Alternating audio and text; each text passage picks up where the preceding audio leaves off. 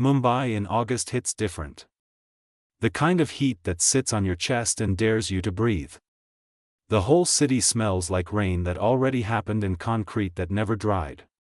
Somewhere on the rooftop terrace of a glass-walled penthouse in Lower Parel, a man named Zayan stood at the railing and stared at a skyline that he technically owned a small part of. He wore a washed black oversized linen shirt, top 2 buttons open, sleeves pushed to his forearms. Straight-cut dark gray trousers, no belt. Clean white low-top sneakers that had never once touched public transit. No watch, no rings. Nothing on him that announced money. That was the whole point. At 28, Zayan Mirza had the kind of face that looked like it had already processed every possible version of disappointment and moved on without telling anyone. He held a glass of water he had not sipped in 20 minutes. He had just walked out of his own company's board meeting. Not stepped out. Walked out. Quietly, mid-sentence, while a room full of suits debated whether to merge everything he had built into a conglomerate that would erase his name from the door within a year. His phone had 43 missed calls. He had turned the screen face down on the railing and was pretending it did not exist. The elevator behind him opened. "You left your blazer," said a voice. Flat. Unbothered. Not apologetic about interrupting. He turned. She was standing at the edge of the terrace holding a charcoal-structured blazer like it was evidence at a crime scene. She wore a white-fitted crewneck tank tucked into high-waisted wide-leg caramel trousers. Strappy brown sandals with a small heel. Hair half up, 2 gold hoops in each ear, a thin chain sitting at her collarbone. No laptop, no clipboard. Just the blazer and an expression that said she had exactly zero interest in whatever emotional spiral was happening out here. Her name was Diameter. She was the new legal associate his company had hired 3 weeks ago. He had seen her exactly once, in a hallway, not long enough to remember her name until right now. "You could have sent someone," he said. "I was already coming up," she said. "The meeting is still going, by the way. They are waiting for you." "I know. So I am not going back." She looked at him for a moment. Then she set the blazer on the back of a chair and turned to leave. "You are not going to tell me that is a bad idea?" he asked. She paused without turning around. "Not my call," she said. "You are the one who built it. You are the one who gets to decide when to let it burn." She walked back to the elevator. He stood there for a long moment after the doors closed, and something about the way she said that, like it was both a fact and a challenge, settled under his skin in a way he could not immediately shake. His phone lit up again. 44 missed calls. He picked up the blazer. He did not go back inside. 3 weeks later, they had an accidental thing. Not a relationship. Not even a friendship, exactly. More like a pattern that neither of them had agreed to out loud but both of them showed up for anyway. It started because the building's rooftop was the only place with reliable signal and no other employees. Zayan came up there to think. Dia came up there to eat lunch alone because the cafeteria was too loud for someone who spent her mornings processing legal documents in silence. The first time they were both up there, neither spoke for 11 minutes. Then she offered him half a granola bar without looking up from her laptop. He took it. That was the beginning of whatever this was. By week 3, it was a thing. Zayan showed up in a faded olive utility jacket over a white tee, straight dark wash jeans, the same white sneakers. He was always there before her. Jia arrived exactly at 1:04 p.m. every day in something that looked effortless because she genuinely did not try. Today it was a rust-colored ribbed cord set, cropped zip-up and wide-leg joggers. Platform white sneakers. Gold hoops, the same thin chain. A canvas tote on one shoulder with a library sticker that was half peeled. She pulled out a box of food and set a second box in front of him without a word. He looked at it. "You got me lunch." "I got myself lunch," she said. The place did a buy-one deal. Do not make it sentimental.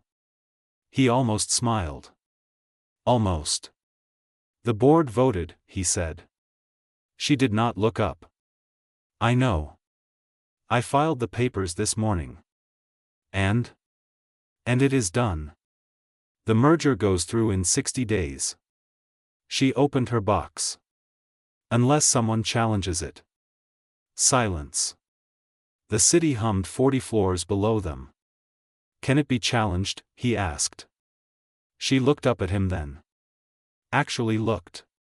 Like she was deciding whether to answer as an associate or as someone who had been eating lunch next to him for 3 weeks and had started to notice that he never talked about anything from before 2 years ago, not once, not ever. There is a clause, she said carefully. Original founder retains override rights if the merger violates the original charter.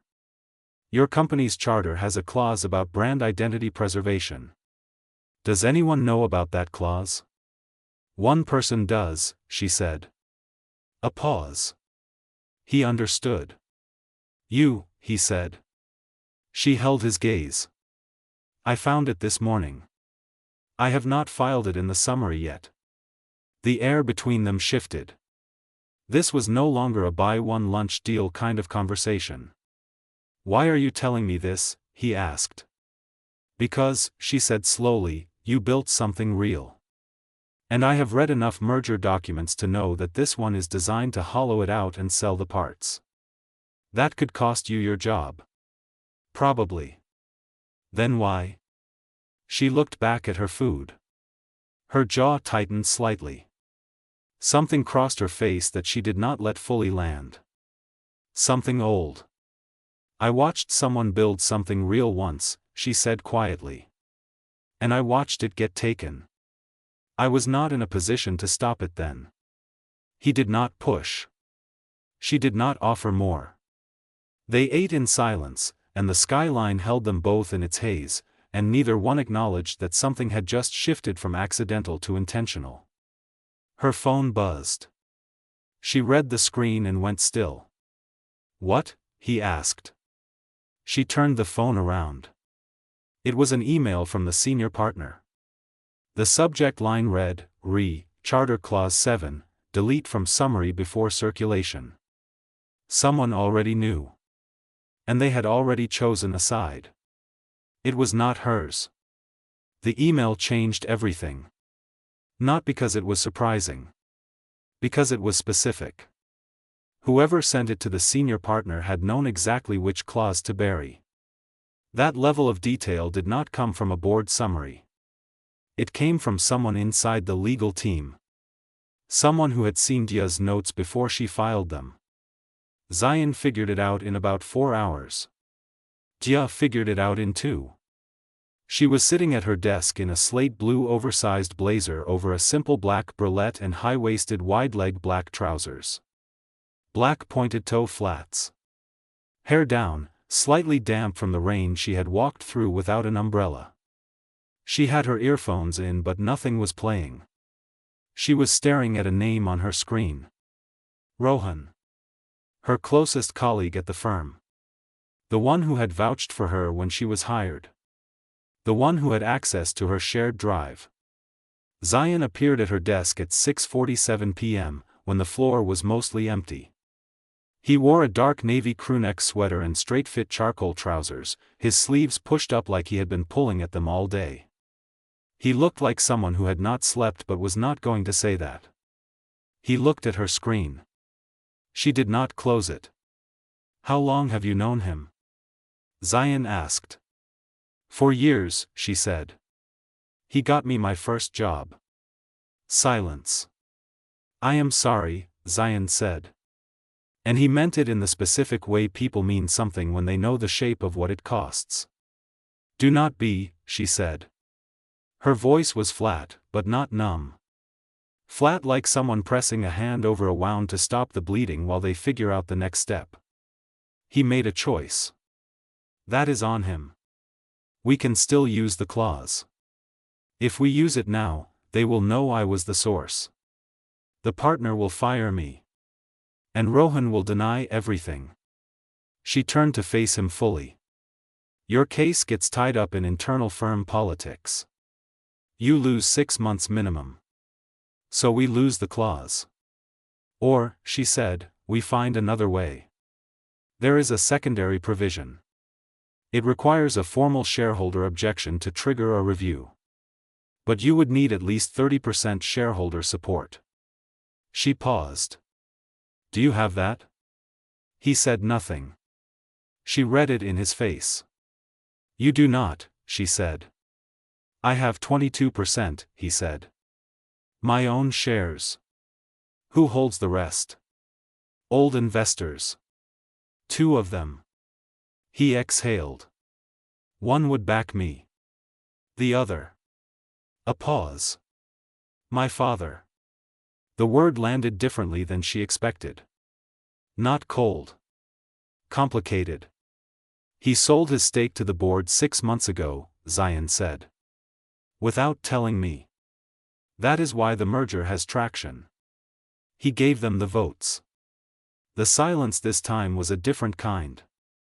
That is the thing no one in that boardroom knows, he said quietly. I found out 2 days before the meeting. I walked out because I could not sit in a room with people celebrating a deal my father secretly handed them. Jia looked at him. The version of him that stood on that rooftop 43 calls deep suddenly made a completely different kind of sense. Why are you telling me this now? She asked.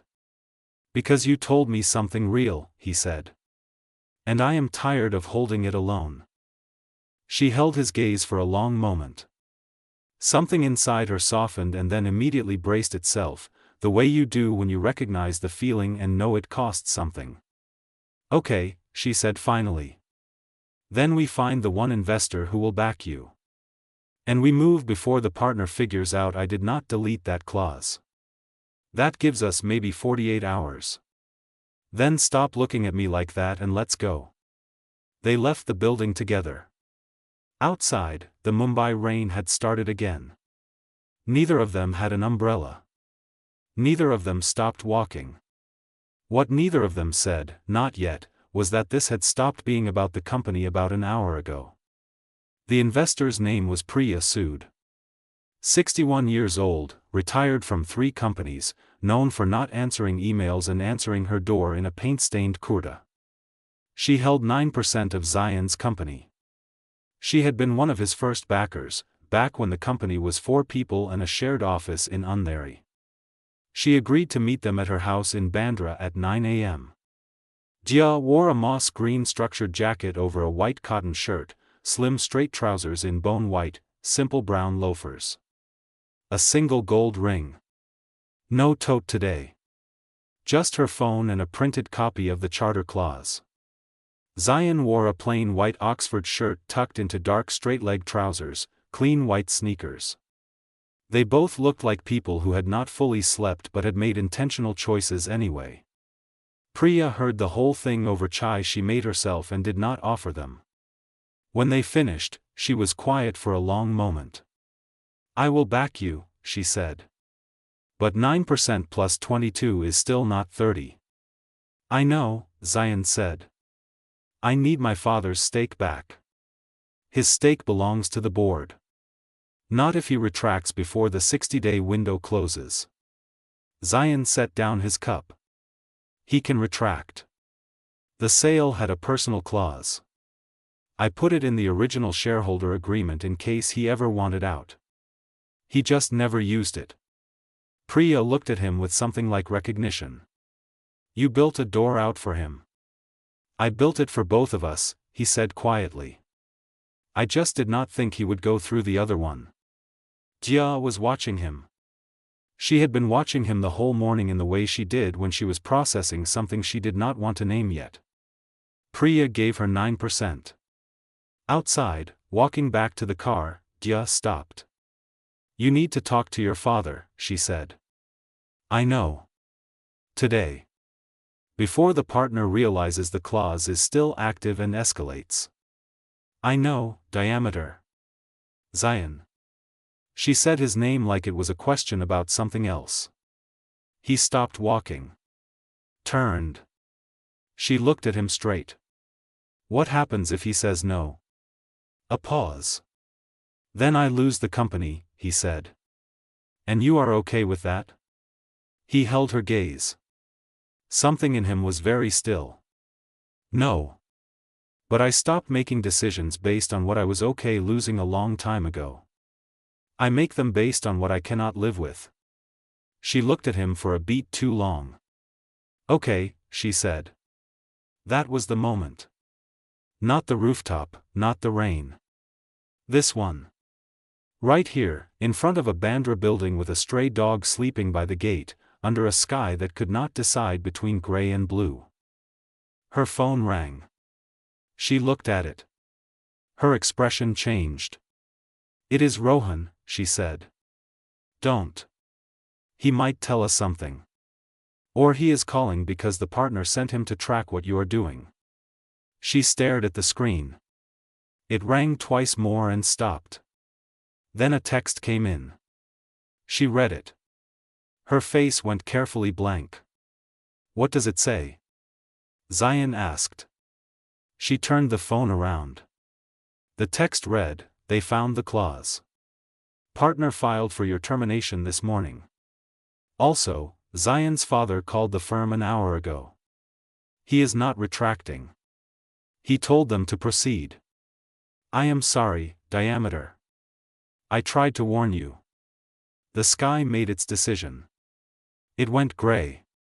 Zayan took the phone gently from her hand and read it again himself. She let him. She was very still in the way people go still when they are deciding whether to feel something now or later. He already chose, she said, and she was not talking about Rohan.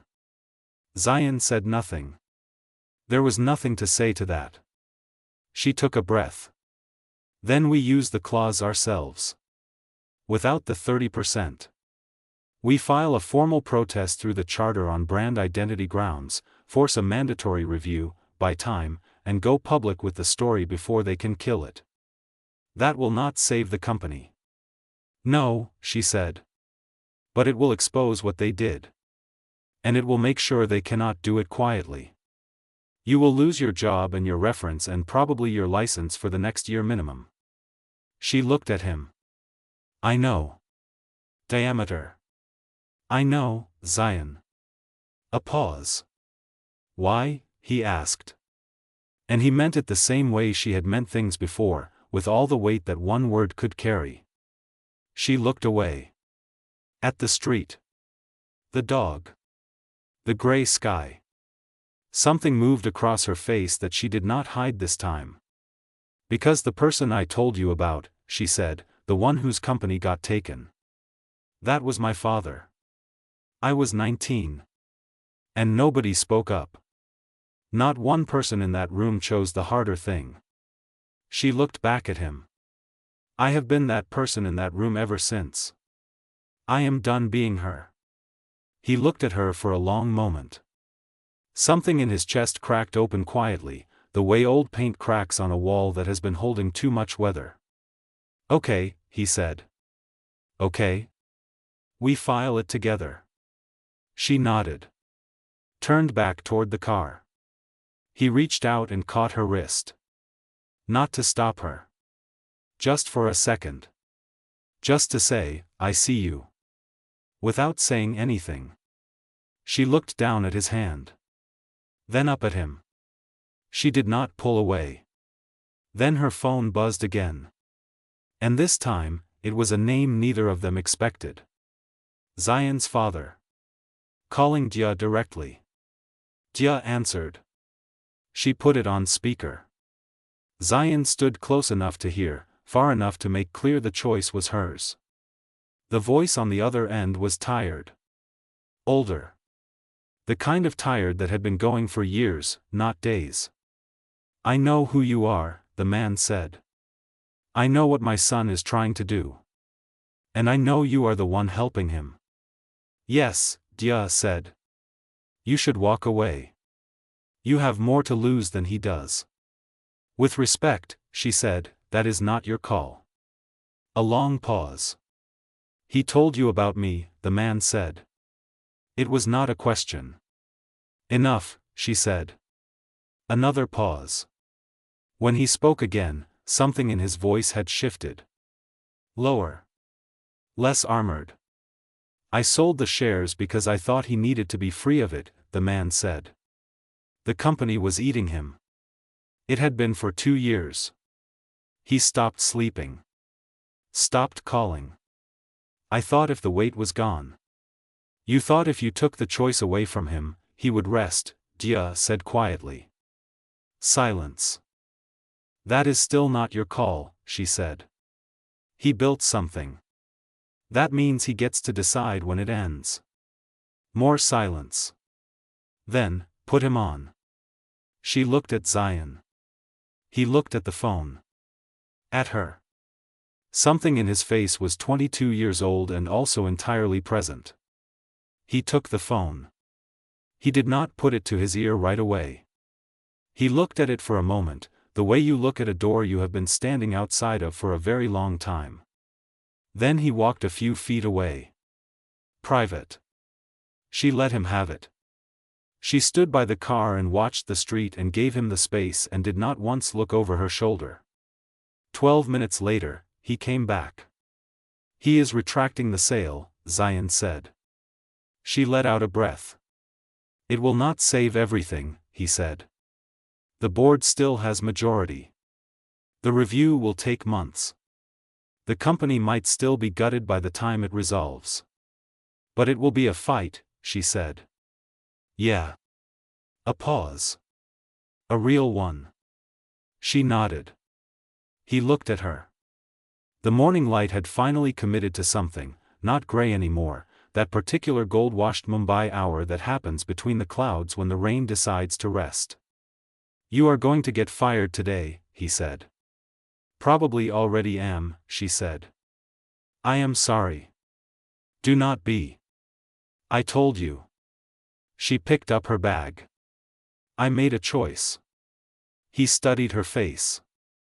The gold ring. The way she stood like she had already made peace with all of it. He thought about everything she had not said in 4 weeks that he had heard anyway.